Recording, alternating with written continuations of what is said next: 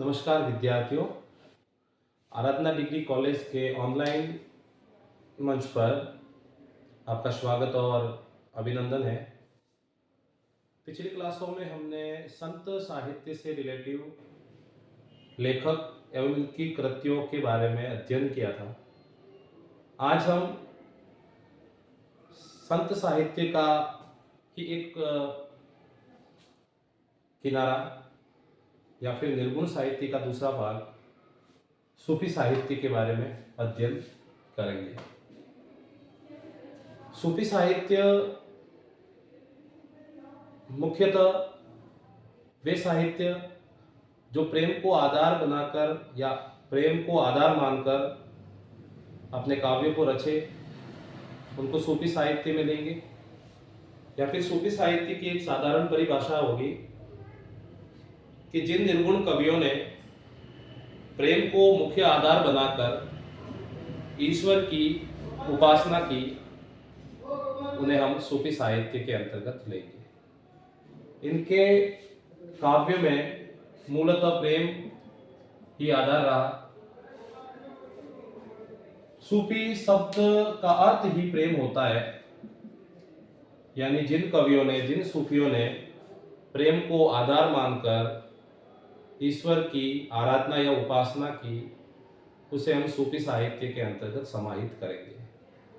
सूफी शब्द की उत्पत्ति मुख्यतः इन शब्दों से हुई है। ऐसा माना जाता है कि सूफी शब्द की उत्पत्ति सूफ से हुई है और सूफ का अर्थ होता है ऊन। सूफी शब्द की उत्पत्ति सूफ से हुई है और सूफ का अर्थ होता है ऊन। यानी वे लोग जो ऊनी वस्त्र धारण करते थे, सूफी कहलाए। इसी तरह से कुछ लोग मानते हैं कि सूफी शब्द की उत्पत्ति शप शब्द से हुई है और शप का मतलब होता है पंक्ति। वे लोग जो पंक्तियों में बैठकर ईश्वर की उपासना करते थे, उन्हें सूफी कहे। एक अर्थ ये भी निकाला गया सूफा। सूफा का साधारण अर्थ निकलता है चबूतरा। कुछ लोग सूफी शब्द की उत्पत्ति सुफा से भी मानते हैं। चबूतरे पर बैठकर ईश्वर की आराधना की जाती थी, उस चबूतरे पर बैठने वाले लोग सूफी कहलाए। इसी तरह से कुछ लोग सूफी की उत्पत्ति सूफी से भी मानते हैं, उसका मतलब होता है पवित्र। और कुछ लोग मानते हैं सोफिया, उसका मतलब होता है परम ज्ञानी। यानी वे लोग जो परम ज्ञान रखते थे, उनको सूफी कहा गया। इस तरह एक इसकी मुख्य परिभाषा देखें तो वे लोग जो ऊनी वस्त्र धारण कर ईश्वर की उपासना में पंक्तिबद्ध ढंग से चबूतरे पर बैठकर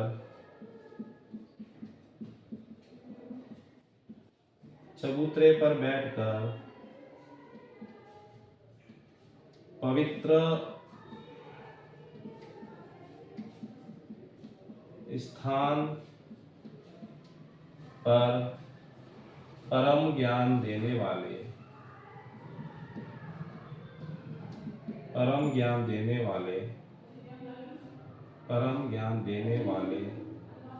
लोग सूफी कहलाए। वे लोग जो ऊन को धारण करते थे और पंक्तिबद्ध ढंग से बैठकर चबूतरे पर बैठकर पवित्र ज्ञान या परम ज्ञान देने वाले लोग ही क्या कहलाए? सूफी कहलाए। इस तरह ये सूफी शब्द की व्युत्पत्ति है कि इन शब्दों से सूफी शब्द की उत्पत्ति हुई है। अब हम तीसरा पार्ट पढ़ेंगे, सूफी काव्य की विशेषता। संत साहित्य की विशेषता हमने इससे आगे वाली क्लासों में पढ़ा है। इसी तरह सूफी साहित्य की भी विशेषता का अध्ययन करना बेहद जरूरी है। पहली अगर सूफी शब्द सूफी काव्य की विशेषता माने तो होगा कि जो सूफी काव्य रचे गए हैं वे नायिका के नाम के पीछे ही रचे गए।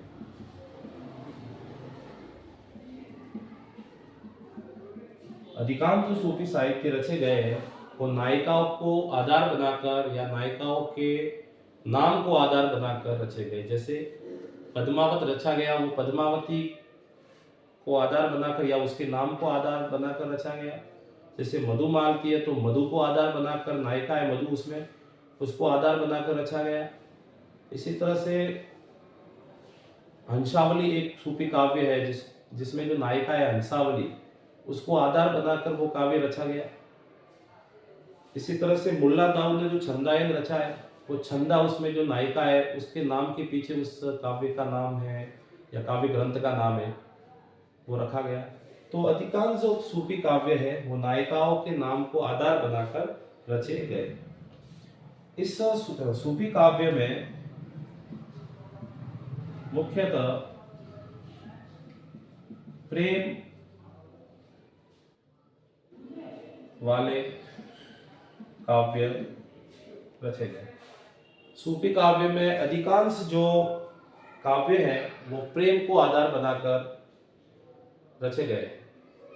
इनके काव्य में प्रबल मात्रा में आपको प्रेम जो है वो देखने को मिलेगा, अर्थात हम कहेंगे श्रृंगार रस अधिकांश देखने को मिलेगा। हम यूँ कह सकते हैं कि सूफी काव्य में जो मुख्य रस है, अंगिरस जिसे कहते हैं, अंगिरस, जो मुख्य रस अंगिरस है वो है श्रृंगार अर्थात प्रेम, और जो गौण रस है वो है आपके वीर रस। अर्थात जो सूफी काव्य है उसमें जो मुख्य रस श्रृंगार आपको देखने को मिलेगा और उसके अलावा आपको गौण रस है वो वीर रस भी देखने को मिलेगा। भारतीय लोक संस्कृति तीसरी अगर विशेषता देखे सूफी काव्य की, तो भारतीय लोक संस्कृति को ध्यान में रखकर ये साहित्य रचे गए। सूफी काव्य है वो भारतीय लोक संस्कृति को ध्यान में रखकर साहित्य सृजन किए गए। इनकी जो प्रकृति है वो मनोहारिक प्रकृति है। छोटा अगर इनकी विशेषता देखें तो सूफी साहित्य की प्रकृति है वो मनोहारी प्रकृति देखने को मिलती है, मन को हरने वाली प्रकृति। चार विशेषता इस प्रकार है। नारी का अपूर्व सौंदर्य देखने को मिलता है, नारी का अपूर्व सौंदर्य देखने को मिलता है। सूफी काव्य में जो इनकी नायिका है, जैसे हम बात कर रहे पद्मावती की, मधुमालती की, मधु की, हंसावली की, चंदा की, तो उनका जो सौंदर्य है उनका वर्णन बेहद अच्छे ढंग से लेखकों ने किया है। अधिकांश जो सूफी साहित्य है वह प्रबंध शैली में रचे गए। सूफी काव्य अधिकतर है वो प्रबंध शैली में रचे गए। अधिकांश जो सूफी साहित्य है वो मुसलमान कवियों द्वारा रचे गए। जैसे आप उस्मान माने, मलिक मोहम्मद जायसी है, इस तरह अधिकांश जो सूफी साहित्य है वो आपके मुसलमान साहित्यों द्वारा, मुसलमान कवियों द्वारा रचे गए। इस सूफी साहित्य में सबसे ज़्यादा अगर बात करें तो गुरु को महत्व दिया गया है। सूफी साहित्य में गुरु को अत्यधिक महत्व दिया गया है, सर्वाधिक महत्व। इस तरह अगली क्लास में अन्य सूफी साहित्य से संबंधित विशेषताओं को हम पढ़ेंगे। आज की क्लास में इतना ही। धन्यवाद।